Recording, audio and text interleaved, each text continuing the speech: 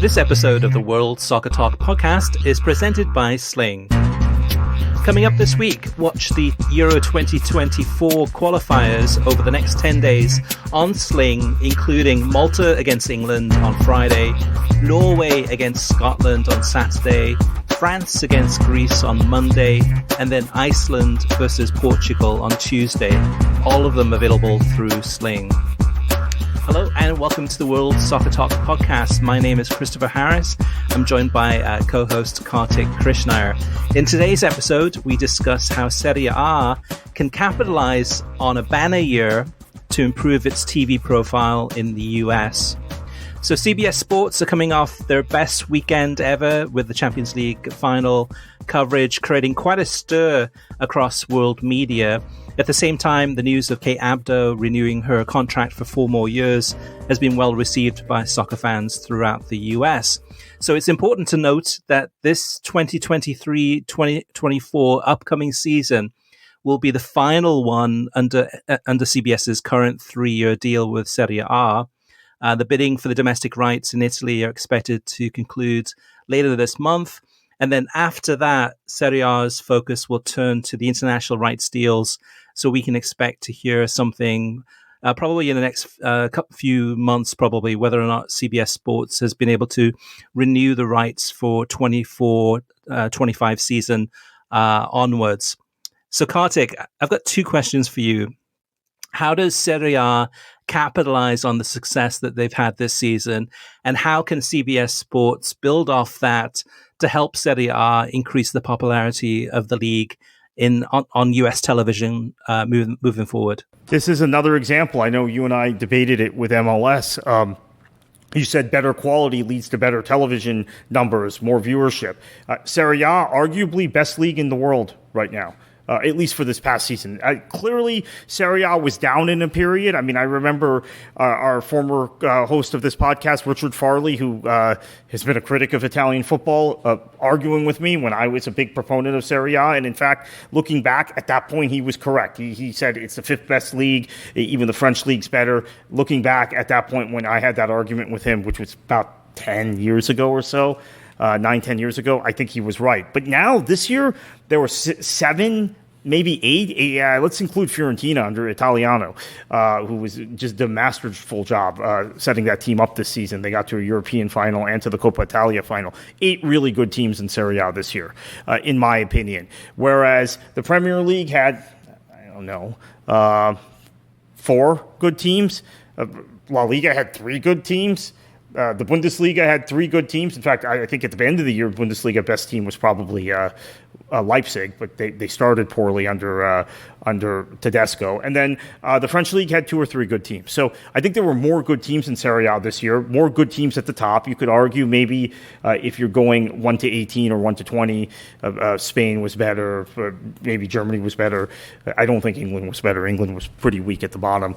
But they have not been able to translate this into popularity on television. And I'll tell you why, Chris. Italian stadiums are old. They look terrible on television. The supporters are there for some matches. They're not there for others. The atmospheres aren't as good as England or Germany or many of the venues in Spain, like Valencia is wonderful. Sociedad, Bilbao, Gijón. There are good venues in Spain. There are also bad ones. But Italy, by and large, has cumbersome stadiums with tracks around them, decaying infrastructure, and fewer people in the stands than they did in their heyday 25 years ago. So I think it's an issue of the ambiance, the atmosphere, the presentation not presenting well on television. And that is something we have also talked about in our conversations about Major League Soccer. And I think that's something Serie A just has a horribly tough time getting over, even though they, as you rightly said, they had teams in every European final. They had additional teams that made the semifinals and lost. And then they had, in my opinion, the best team in Europe in Napoli, who didn't even reach one of those semifinals or finals. So, I mean, we're talking about 8 good teams. It's amazing, really, when you think about it, how much atmosphere does make a difference, right? It's one of those things that you would think that, okay, you look at the top leagues from around the world, atmosphere in the stadiums shouldn't really come into it. You would think that, most leagues are very similar. The reality is, as you've said, Kartik, it's very different, right? And I would say too, a lot of the newer MLS stadiums. So you look at Austin, you look at Sporting Kansas City, not that new, but still, LAFC is a new one. You look at those stadiums and see how close the fans are up to the pitch, and it does create an electric atmosphere. And I agree with you. In Serie A, you've got Juventus, you've got the San Siro for both Milan teams, and there's probably a few other stadiums, but for the most part, that atmosphere, that electric atmosphere, is not quite the same. There is that distance, and you saw that too, even during some of these European finals. Even the final in Turkey, in Istanbul for Champions League, with that athletics track around the edge of the pitch and how far the fans are from the actual field itself, it does damage the atmosphere. Doesn't pull you into those games. Now, but with Serie A, Kartik, I know that you're definitely big on Serie A from what they've accomplished, but unfortunately, they lost in the Champions League final. Inter Milan, Roma lost in the Europa League final, and then Fiorentina lost in the UEFA Europa League conference final. I would say, though, Kartik, from watching that Champions League match, I thought Inter was the better team. Inter had more chances to win that game. There was that last-minute save. There's probably like 3 or 4 clear-cut chances where City were able to clear the ball off the line. I thought that Inter should have won that game, actually. What do you think? Yeah, and I was appalled by people in the British press, and actually a lot of people in the continental press, Spanish press also, I noticed during the course of the week, just claiming this was a coronation. I wrote a piece Friday night, which was actually in reaction to everything I had seen during the week, saying, hey, Inter can win this match, and here are 3 reasons why, which were tactical reasons, and based on what I had seen from both clubs. Obviously, I'm a City supporter, so I watched them. A lot other City supporters say I'm hypercritical of City. Okay, maybe that factors in. I'll concede that. But I'd watched a lot of Inter, who were not the best team in Serie A this season, but Inzaghi has a way of using his entire team, right? 16 guys, or the entire eligible team that he can use, right? As many guys as he can use, and making changes in matches and coming up with kind of different tactics, even if they're in the same formation. And also, there were teams that play like Inter. The team that plays most like Inter in the Premier League is actually Brentford, and Brentford has played pretty well against Manchester City the last 2 seasons since they've come up into the Premier League. So I had cited that, and then people were laughing at me. And even when I tweeted before the match, hey, now that I'm seeing the team sheets, I think Inter can win, people were coming back at me like, oh, you're crazy. And there were largely people who were just listening to the British press. So I thought there was a lot of disrespect of Inter coming into this match. I thought they were the better team in the match. Although, look, I will say Pep, who I criticize for being a guy that sticks with his team for too long, right? He'll be in a 0-0 match or down 1-0, and he won't make any changes to the tactics. This time, even though he didn't make a substitution, he did make a very clear change at halftime, going from what was a diamond midfield which wasn't working, where the 3-man Inter midfield was having all kinds of space because De Bruyne and then Foden, when Foden came in, and Stones, who was on the right side of that diamond, were being pushed further wide, and there was no ability for Rodri to connect with Gundogan, right? So everybody was isolated, everybody was on an island, and Inter was having a lot of joy in the midfield. He made a change. He made a tactical change, pushed John Stones further up and into midfield, like proper midfield, like a number 8, to where Stones was then able to really influence the match, connect with Bernardo, who was playing on the right, and that kind of brought City back into the game. So I do give Pep credit for that. But I do think, by and large, Inter were the better team with the better tactical plan, with the better really kind of the better sense of the occasion, really. Maybe City were too nervous. But in terms of the other two finals, I do think Sevilla, they just generally don't lose in finals. And Fiorentina were a little unlucky. I think that was a very even match. But Paquetá at the end of that match won it for West Ham, right? Just a moment of brilliance that only those special playmakers can pull off, right? There's a very short list of guys in the world who can pull off what Paquetá did to release Bowen, and that's just something I think Fiorentina couldn't do anything about. But yeah, your point is well taken. They did lose all three finals, and you would think law of averages they would have won one of them. Man of the match for the UEFA Champions League Final was Ederson. And that tells you a lot right there, right, in terms of how this match played out. If it wasn't for him, I mean, Inter could have easily equalized or maybe even won it late 2-1. But yeah, so Carter, going back to a question before too, I mean, so like, what can Serie A do to capitalize on the growth and kind of improvement in how well the teams are doing? Fiorentina, you mentioned a couple of minutes ago, I know that they're looking at getting a new stadium, but then they're fighting with the city to try to get that, I mean, it's not easy, right? It's something that could take years. And even across all of Serie A, if you look at all the stadiums, they need investment. But even if that investment is there, it could take 5 years, 10 years. We've seen in Miami with the Major League Soccer stadium there, how long it takes to get these stadiums approved and built and all that stuff. So that's not going to change overnight. So what can Serie A and or CBS do to really elevate the league to the next level, do you think? It's tough because I think one of the things that unfortunately is true in Italy, and we had this facing the United States too, right, in the 1970s and the early 1980s, when we were not building purpose-built stadiums for a specific sport. We were building multi-purpose stadiums, like the most infamous one is Veterans Stadium in Philadelphia, where the Eagles and the Phillies played, and it was an embarrassment. But stadiums like Riverfront Stadium in Cincinnati, Three Rivers Stadium in Pittsburgh, we could go on and on, that were shared football, baseball stadiums, and then if there was a soccer team, they would shove the soccer team into that stadium as well. And then we got away from that and got to soccer-specific stadiums and baseball parks, once again, starting with Camden Yards in 92, and then soccer-specific stadiums starting with Crew Stadium in 99.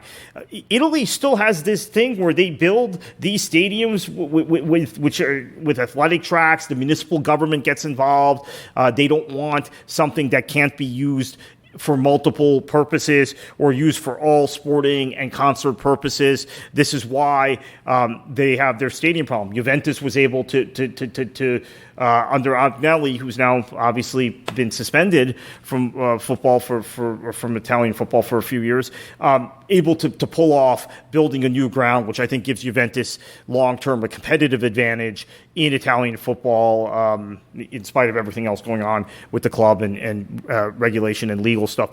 Honestly, Chris, I don't know, because I don't know that Serie A can get much better in terms of quality of play versus the other leagues in Europe than it was this year. Again, I think they had more good teams than any other league in Europe. And I will also say, just as a tactical geek, I know this doesn't matter to most fans, but it matters to some hardcore football fans. I saw more tactical innovation in Italy the last 2 seasons than I've seen in any other league. The other league that's up there is obviously England. Germany, almost everybody's playing the same way. Spain, you're seeing kind of a regression of tactics, I want to say. La Liga fans don't get mad at me for that, but I'm seeing things that are almost like retrenching. But Italy, we've seen, we mentioned Fiorentina and Italiano, we mentioned Gasparini at Atalanta, and De Serbi, who's now come to the Premier League, right, but was previously at Sassuolo. They have created innovative tactics for this pressing era, this high pressing era, that might, I think, in the next 3 to 5 years change the game and change the way some teams play. Brighton and Fiorentina are 2 teams to watch right now if you want to get a sense of where I think football is going. So that's all very interesting. Serie A has all of that going for it. But as long as they have stadiums that are like they are, as long as you have a situation where there are younger people in Italy, and Agnelli Juventus's, I guess now ex-chairman, has pointed this out. Young people in Italy don't want to go to football matches. They don't really like football. There's been violence associated with the matches, or the stadiums are dumpy, or there's just other issues as to why they don't want to go, the lack of ambiance, etc. Until that changes, I don't know how Serie A becomes a better television product. Now, how can CBS promote it better? Maybe CBS can do more. They've done a lot already, but they can do even more on the culture of Serie A, the culture of certain regions within Italy, the connection of these clubs to their communities, and not talk about Juventus and AC Milan and Inter and Roma and Lazio, but talk about some of the smaller clubs that are in the first division, that are in Serie A, and give a real accounting to the American public about the culture around those clubs. And of course, you also have Napoli, which I think everybody thinks is really cool, is a really cool club. I mean, one of the things that struck me, mentioned the English press earlier, criticized them for their build-up to this match. But one thing I will praise them for is I saw more coverage of Serie A this year in England because Napoli won the title. And a lot of people in the English media loving the romanticism of Napoli coming and beating the teams from the north and understanding what that meant and understanding how improbable that was and how cool that was. And even some English journalists and English YouTubers that cover the Premier League mostly, flying off to Naples to do a video or do a story because they wanted to capture that moment. So I think Napoli winning the title helps, but CBS has to build on that also and discuss the culture and explain why Napoli winning is such a big deal. Although then you get into sort of this north-south divide in Italy, but I think you need to explain it and you need to connect American soccer fans to it. I agree, but to be honest with you, Kartik, I think CBS is already doing a lot of this stuff. So they've done a lot of the. I mean, they can always do more, right? They've done a lot of the features where they've gone out to Aaron West went out to Naples. They did a documentary, basically kind of footage behind the scenes. They had the crew. They sent the crew out to Mike Grella and the rest of the crew out to Napoli. And they've probably said they've done more than ESPN has done prior, which was ESPN was the previous rights holder, and before that was beIN Sports. And so I think they've gotten to a point where with CBS Sports, they have a major broadcaster that's invested in soccer. And I think the most important thing that they should do really is stay with CBS Sports, because those rights are coming up for bid. There's a chance that someone could come in, could be an Apple, right? Could be ESPN might say, hey, we want it back, or somebody else might come in and say, hey, we want those rights. We will offer more money than CBS Sports. But I think Serie A has to be really smart about this, because even if someone bids more money, doesn't mean you have to go ahead and sell the rights to that company. We saw that with NBC Sports recently in the last deal, where NBC Sports got the rights to the Premier League and renewed it for another 6 years or so, is that they didn't offer the most amount of money. You had other broadcasters, such as a combination. Actually, it was a joint deal between CBS and ESPN to try to get the Premier League rights. And ultimately, the Premier League decided to go with to renew with NBC Sports. Now, there was a lot of back and forth, but eventually they went through NBC Sports. So I think they can do more. CBS Sports can do more. Part of it, I think they face some of the same struggles that La Liga does on ESPN. You look at the amount of coverage that ESPN does for La Liga. So you've got people, Ian Darke, Steve McManaman, two of the biggest names in English language, broadcasting for commentators and co-commentators. You've got people doing, documentaries, the bicycle series. You've got people, pitchside reporters. You've put so much investment to try to go ahead and grow that audience, and there's no guarantee it's going to pay off. And at the same time, with Serie A, they've done so much. CBS Sports, maybe they can do more. Maybe they can bring in a couple more of the heavyweights into the studio from time to time. I think they've done it in the past a little bit with Christian Vieri, but even then, there's no guarantee. So much of it really comes down to what's on the pitch. And yes, Serie A has some really good teams. Napoli, as an example, AS Roma went far, but it was ugly at times. But they know how to play, right? They know, even with Inter, they know how to play. They know how to win games, and it's tough to beat the Italian teams. But I will say, just so for those who don't watch Serie A regularly, do not judge Serie A by Roma, okay? And this is the same thing I would say when Jose was in the Premier League and people in the continent thought, that's the way English teams play, which there were a lot of snickers from people on the continent saying, English clubs love to park the bus and get physical.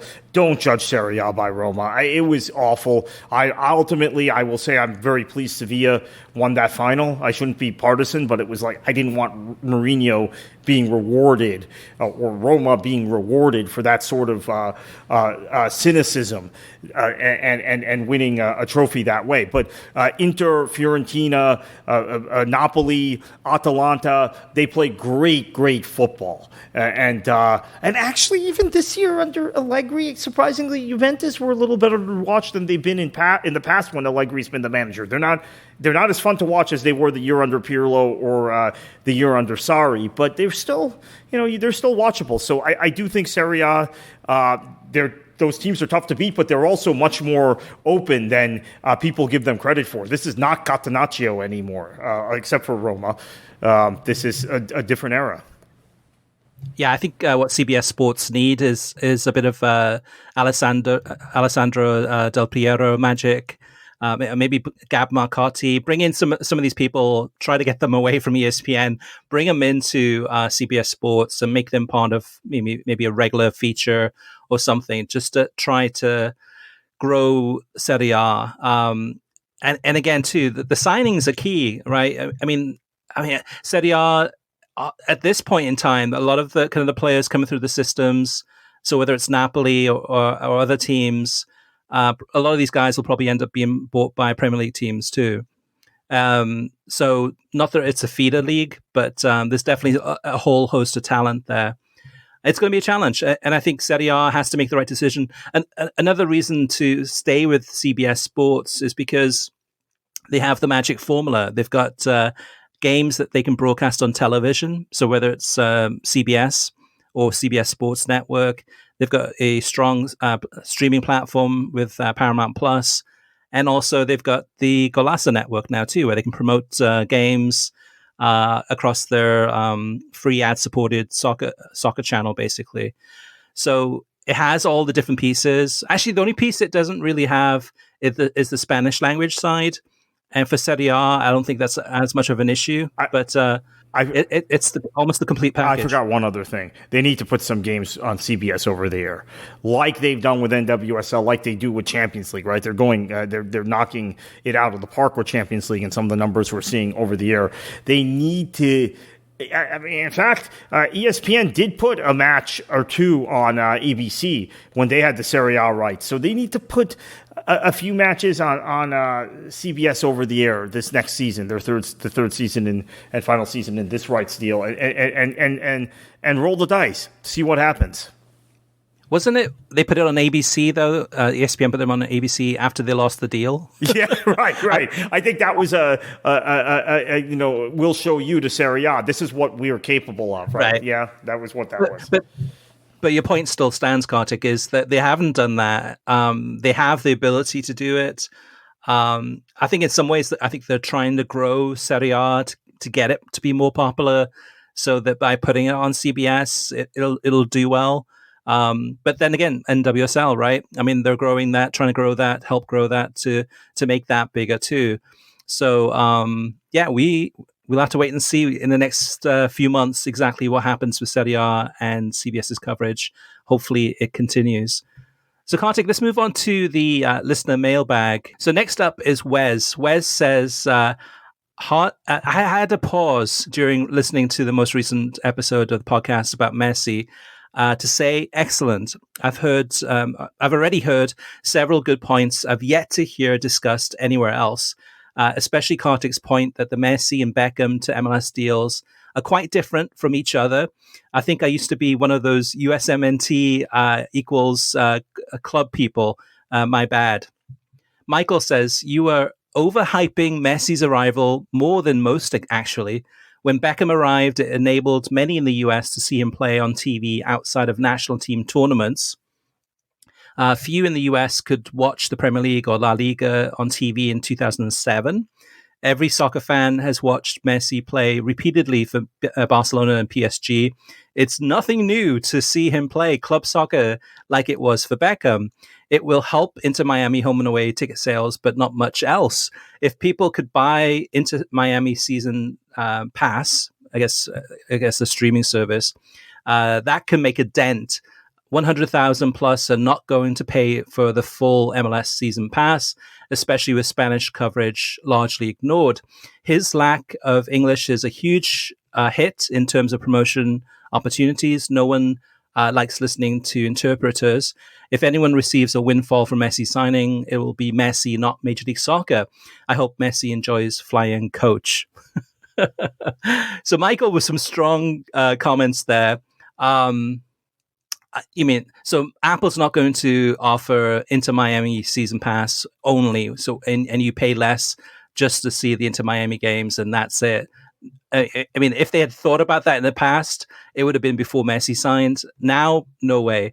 Right now, it's going to be all in. If you want to watch Messi and everything else MLS, sign up for MLS season pass. That's the only way to watch every single game featuring Messi. Some of those other comments, Kartik, do you want to chime in on any of these? I kind of agree. That's a good point I hadn't thought of. When Beckham signed, we had very little exposure to European club football. Now, I had Goal TV and I had Fox Soccer Channel, but a lot of people didn't.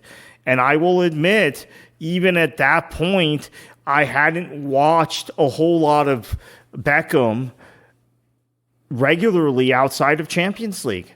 Outside of the Champions League games that were on ESPN and ESPN2.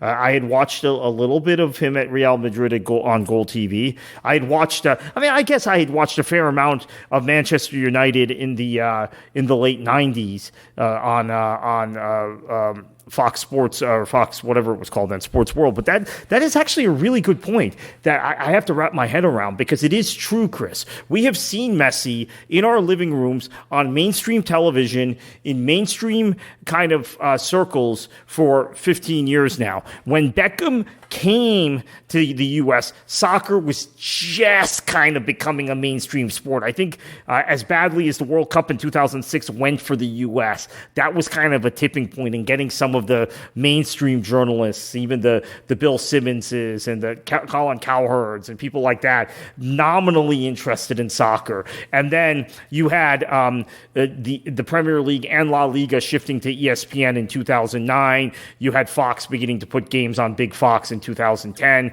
Premier League matches. So, actually, Chris, what are your thoughts on that? Because I think that's actually a good point I hadn't considered. I guess it depends, what world you lived in. Because for me, it seemed, which is one of the reasons I started World Soccer Talk in the beginning, was in 2005, it would have been after the UEFA Champions League Final, and it would have been before Beckham signed in MLS. But I remember the Champions League Final, just watching it by myself at home on a Wednesday night and watching it on tape delay because I was working a day job. Came home that night, watched it, and I was like, oh my gosh, this is incredible. Like, where do I go to talk about this game? Like, I've never been a big soccer fan at all over the years, the message boards. So I was like, but there must be a website out there where it has a ton of great information about schedules, where to find the games, to talk about the games themselves. And it really didn't exist. The only thing at that time was ESPN SoccerNet, or actually SoccerNet, which was owned by the Daily Mail. And then ESPN bought them out. But most of the coverage online on the internet in 2005 was mostly in the UK. Most of it was from England. So that was one of the reasons I started up. So for me, in my world, any game that's on television, I watched. So I was watching, like you, Kartik, I had the Fox Soccer Channel or Fox Sports World, whatever. It was Fox Soccer Channel at the time. ESPN2.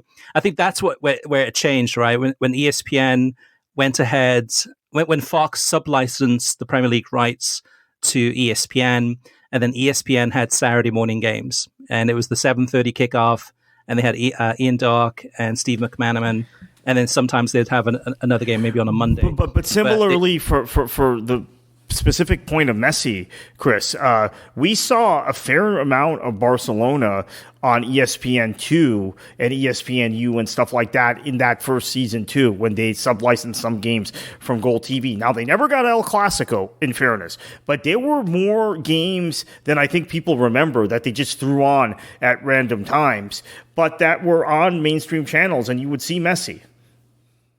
Yeah, so I agree that Messi has been on television so much in the last 10 years, where we've watched almost every kick, every high, every low, and that is different than what it was when Beckham first came in to the league, and how much coverage we had at that time. But I think in terms of Messi, I mean, so Michael saying that it's going to help Inter Miami sell tickets home and away, but not much else. I think that's wrong. I think it's going to explode in terms of ticket sales. We've already seen that.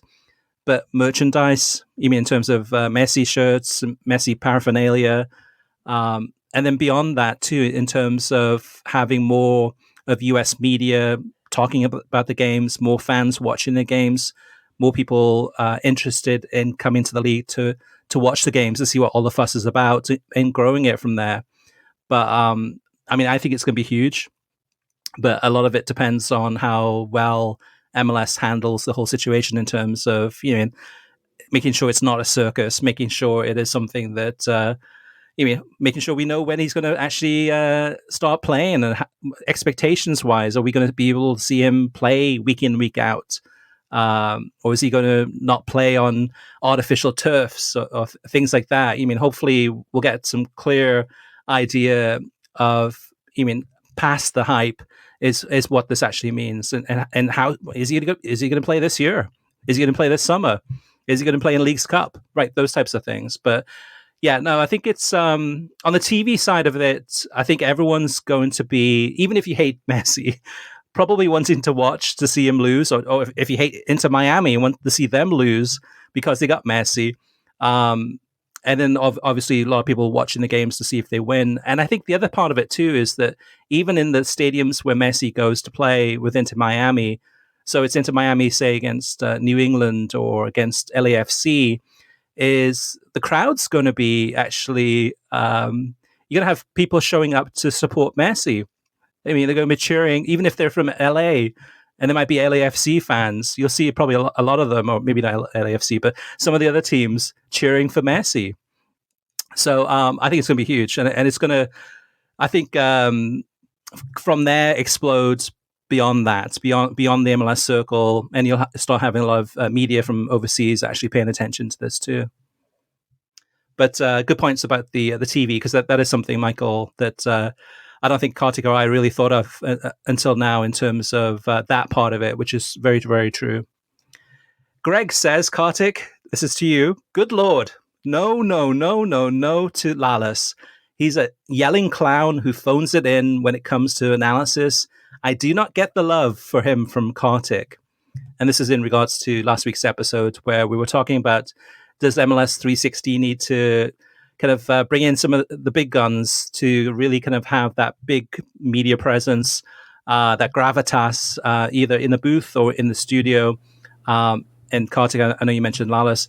Do you want to defend him for a second? Yeah, I think he actually. I think that's actually fairly good analysis, Greg, of much of the rest of the people who work at Fox. I'm not going to dispute that. I think Lallis actually does prepare for broadcast. He does actually bring cognizant points in between all of the kind of colorful stuff that he does, which I admit he does. I do think he actually prepares for matches. He gives more actual analysis, especially kind of when you're talking about defensive tactics and defensive structure. He knows more about that as a former central defender than the other people on the Fox set. Now, is it possible if you took Lallis and you threw him on the CBS set or the ESPN set, he wouldn't look as good?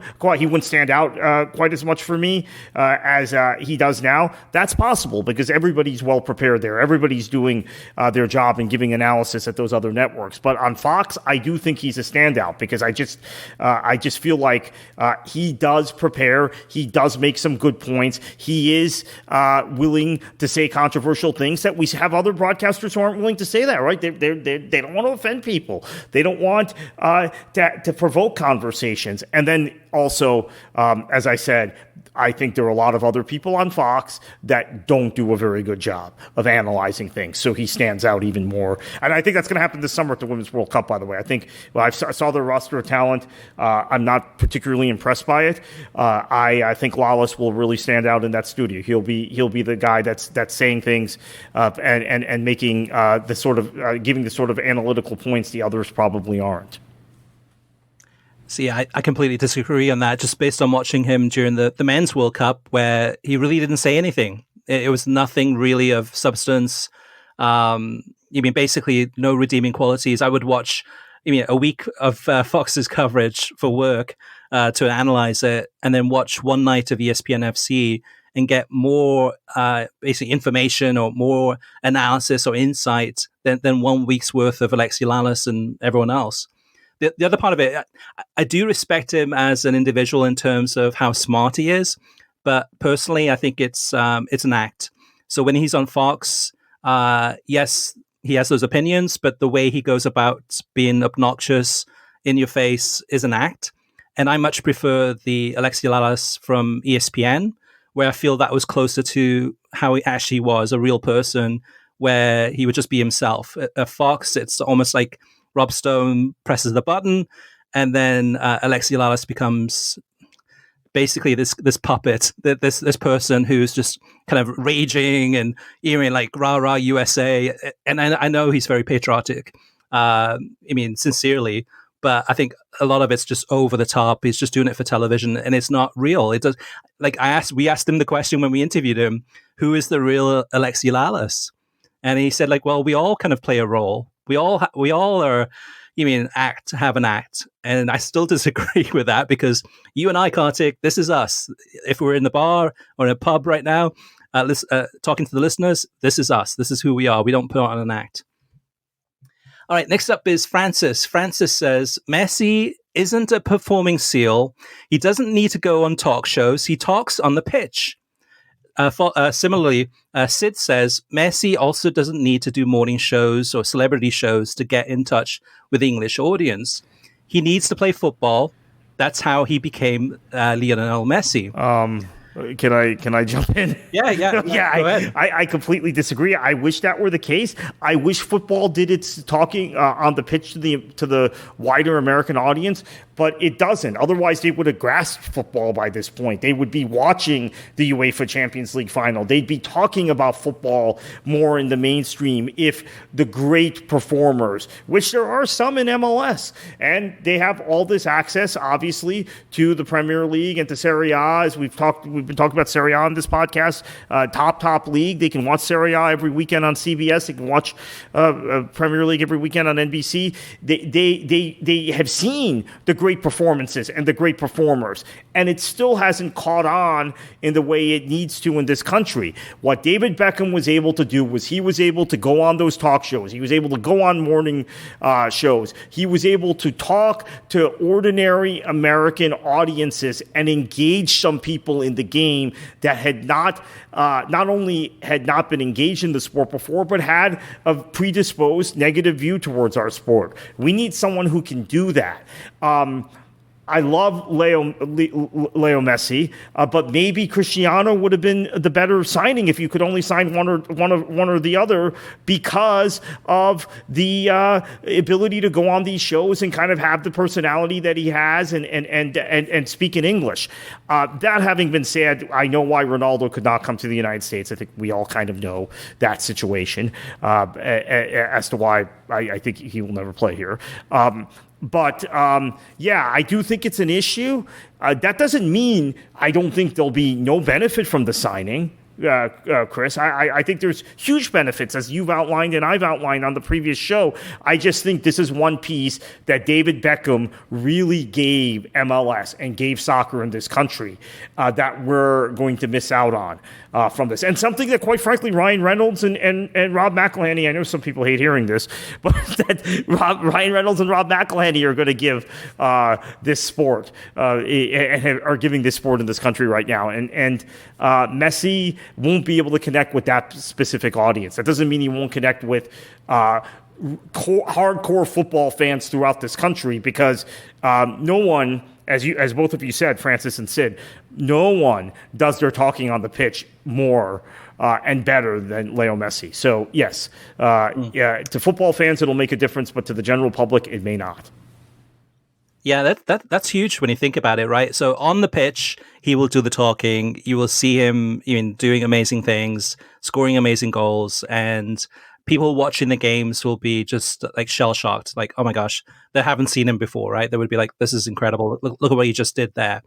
Off the pitch, I would argue that Beckham's influence with Major League Soccer is probably going to be greater than Messi off the pitch. So I'd have to go back into the tapes, but with Beckham, I would not have been surprised if he did the Oprah show or Ellen DeGeneres or those types of shows that got to the soccer moms, right? To try to expand the audience, to introduce him to other people or other sets of people watching games, to bring him into that, to bring them into watching games or paying attention to at least what he does. You're not going to get that with Messi. On the pitch, it's going to be amazing. It's going to be wonderful. But yeah, I just wonder, actually, in terms of the potential growth, is it going to be capped? It's going to be kind of, in a way, it's going to hit a ceiling where it can't get past that. Now, the Spanish language audience side of things, I think that's quite different. And I think on the Spanish language side, he's going to be an amazing hit already, and he's going to be an even bigger hit. On the English language side, that's tough. And so it makes you wonder, right? So what is Apple TV going to do? What is MLS going to do in terms of coverage? So you have him in the games, but what are you going to do outside of that? So we know that Apple TV Plus is planning on doing a documentary series, and maybe that's what they're thinking, is maybe that documentary series that they haven't started yet, but is something that could actually tell the story better in other people's words, mostly probably, about his story, and then interview Messi and have subtitles as he tells his part of the story too. Maybe that's it. But yeah, it would have to be almost like a Welcome to Wrexham or a Ted Lasso or something like that, where it would be a series that people would watch in large numbers to really gain that audience. Hi, guys. When it comes to Messi signing with Inter Miami, it is right up there with Pele signing with the New York Cosmos back in 1975 in terms of the impact it will have on the game here in the U.S. This signing, in my view, greatly legitimizes the reasoning why MLS and Apple, and to a smaller extent Fox, decided to partner up. I do think that in the short term, logistically, Inter Miami will likely need to move their home games to Hard Rock Stadium to accommodate the large crowds that want to see Messi. Now, if you are viewing this from ESPN's perspective, this is to a certain extent a nightmare, because they decided to pass on MLS and will miss out massively on the high ratings of games involving Messi on ABC, or an increase in subscribers for ESPN+. Those ratings will now go to Fox and only compounds the serious issues ESPN is currently having when it comes to their budget.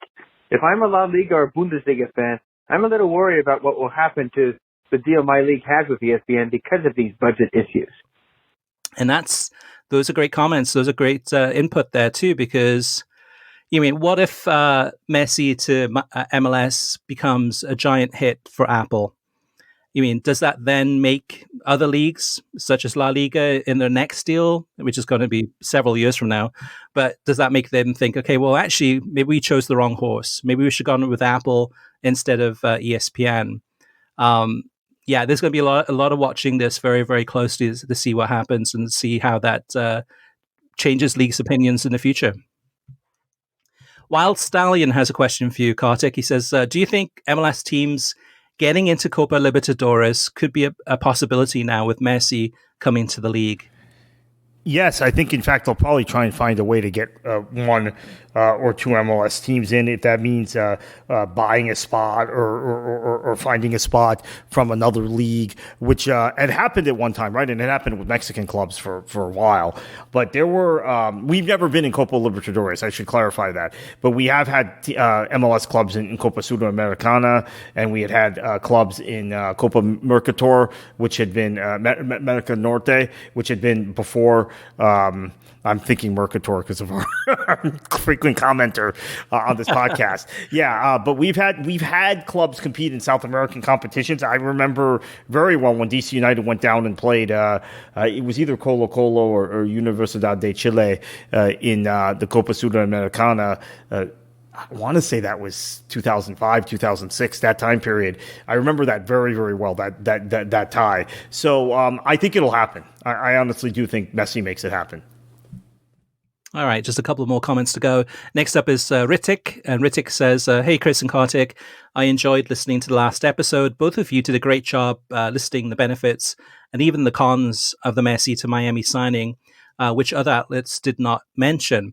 Do you think Messi's departure from PSG and the likely departures of Neymar and Mbappe will be the final nail in the coffin for beIN Sports in the US? With the three biggest stars gone, I cannot imagine the French league will want to continue broadcasting their matches on a dying network in an emerging soccer market, despite the close ties between PSG, beIN Sports, and Ligue 1.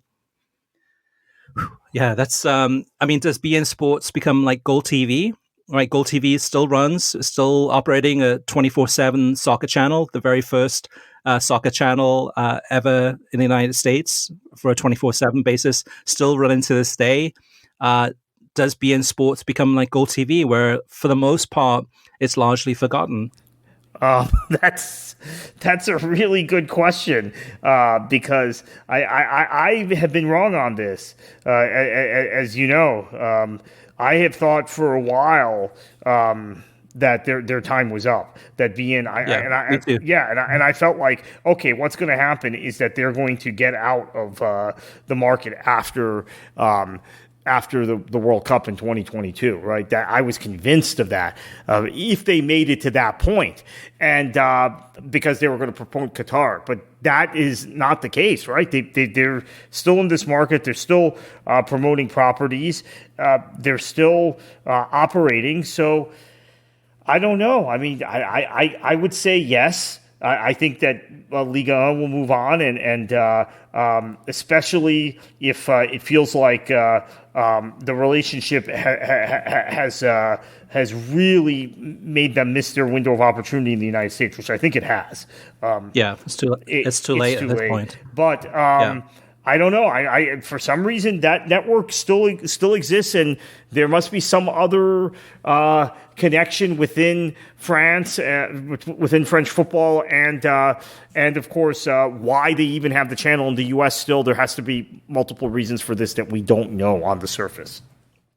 Yeah, I think it just like Goal TV, it's relatively cheap to run that network, and they already have the rights. They've already bought the rights, paid for the rights, so they can go ahead and show those games. And I think they have the French league until 2024. So they'll continue showing the league, and even without Neymar, even without Mbappe after he leaves, and without Messi, those games will continue. So I think, but at that point then too, again, it becomes a question for Ligue 1. Do they, with their ties to beIN Sports in France and PSG's ties to beIN Sports, do they say, well, we have to stick with beIN Sports, or do they look for something else? But then something else, I mean, what else is out there? I mean, like, no other television channel in the United States is going to give Ligue 1 what they currently have, which is Ligue 1 is the flagship soccer league on beIN Sports in the United States. And even though it's hard to find those games, or even it's hard to find that channel, it is what it is. It is a network that shows all of the games, and shows all the big ones on TV. So no one else can provide that. All right. Two more comments. I thought it was one more, but two more. Dave says Barcelona can no longer deny to themselves or their fans that they are broke. Messi would very likely have signed with Barcelona if they could register him and put a Champions League caliber roster around him. They cannot. Another potential loser is the opponents of the Super League. Panic among its non-Premier League founders must be dialed up to 11 as Barcelona publicly laid low their ghost of Christmas future. Desperate entities do desperate things. They're unlikely to bungle the rollout and associated PR so badly if there is a next time. And now the Super League from Europe is now down to two teams, and that's two teams that wanted to happen. It's Barcelona and Real Madrid, and Barcelona with their financial difficulties. I mean, really, it's a weak horse at this point. And then last but not least, Jeff wants to talk to us about USL. First of all, thank you for mentioning the USL on the podcast. Go Switchbacks. Always happy to see it talked about. My question is, with the start of the Leagues Cup and Messi to Miami, how can the USL go forward to remain competitive, not just on the field, but with fans and viewers? I know there are talks or rumors of possible promotion or relegation within USL itself.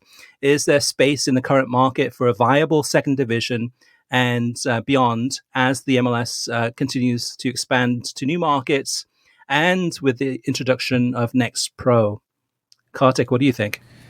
Boy, that's something that's on my mind all the time, as we talked about, as I think I've talked about regularly and write about regularly. I think what we're going to see is USL consolidate around with the MLS reserve teams having moved to MLS Next Pro. We're going to see USL consolidate around its core markets, even though Don Garber has not so coincidentally named all those markets, just ticked off those name markets when he talked about potential expansion cities for MLS. If that's not trying to engage in predatory behavior, I don't know what is. But I do know from my own reporting that there are a number of investment groups, potential expansion groups that have been talking to USL that have also been wooed or being wooed currently by Next Pro. And MLS has a goal of getting a lot of these independent clubs into Next Pro, and that therefore they can also justify giving, because it has happened these first two seasons, but giving those reserve teams competitive matches and a more competitive atmosphere if there are independent clubs in Next Pro. At least that's the soccer side justification. Now, in terms of what they're maybe really trying to do from a business standpoint, is they are trying to destabilize USL. So the question is now, does USL have enough in the tank to withstand all of this predatory behavior from MLS?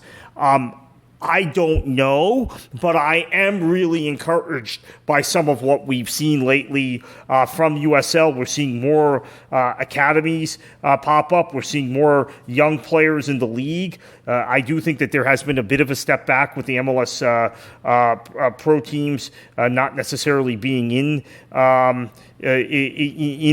the league. So what you ended up seeing was that there were fewer youngsters in the league, and maybe there was a difference in kind of, especially at the beginning of the season, the difference in the kind of play and quality of play that we saw. But, for example, last week, Josh Winder, who is a Louisville native, gets sold by Louisville City to Benfica for over $1 million. And so this is now an opportunity. This is a very clear demonstration of what USL can do. So if you're a local kid in Louisville, like he was, you sign for the local club in Louisville rather than going into the MLS academy of Cincinnati or Columbus, the nearby MLS teams. And Louisville City you will probably be fast-tracked into the first team quicker, and you will be moved to Europe quicker. And guess what? That club gets to keep the transfer fee, unlike in MLS where we know there's some sort of formula, but the league takes a good chunk of it, right? And then I think it gets reinvested into the MLS club as GAM or TAM or whatever roster designation. So this is now something I think player agents are seeing and saying, you know what? If I have a 16 or 17-year-old kid who's not going to go play college soccer, who is in an academy system, even if it's in an MLS academy system, maybe I will take him to Louisville or to Birmingham Legion or Tampa Bay Rowdies or San Antonio FC, wherever, and I will at that point be able to get my client to Europe quicker and in a way where we can get maybe a higher transfer fee very early on. And more exposure. The player will play sooner. So Josh Winder moving from Louisville to Benfica, if that had been moving from an MLS club to Benfica, I think it would have been bigger news. Yeah, absolutely. There would have been more media coverage about it. There'd have been more people across all of social media, across websites, going crazy, just jumping for joy. Look how big of a deal this is. Benfica, one of the biggest clubs in Portugal. One of the big clubs in Europe, really. However, to me, it all comes down to, on the USL side, in terms of they really have to go for it. And I'm just not seeing those aggressive moves that they're making. They seem to be very complacent. So, for example, making a bigger deal out of Josh Winder moving to Benfica, but also in terms of communications, not just focusing on sending out tweets and think, okay, that's it. That's all we have to do. But get the word out there. There's actually a couple of times this season so far where I found out after the fact that USL had some games on ESPN2, I think it was. And the day after I found out about it, I'm like, how come we didn't know about that beforehand? And actually, how much more publicity? In my case, I knew because the team I support, Miami FC, had a game on ESPN2, so I knew about that game. But I'm in the same category, even though I follow USL. I covered. I'm the guy who was on Twitter screaming, "Why aren't more people covering the Winder story? Why aren't they covering an American youngster going to Benfica for a pretty good transfer fee?" I didn't know about some of the other games they had on broadcast television. I missed them.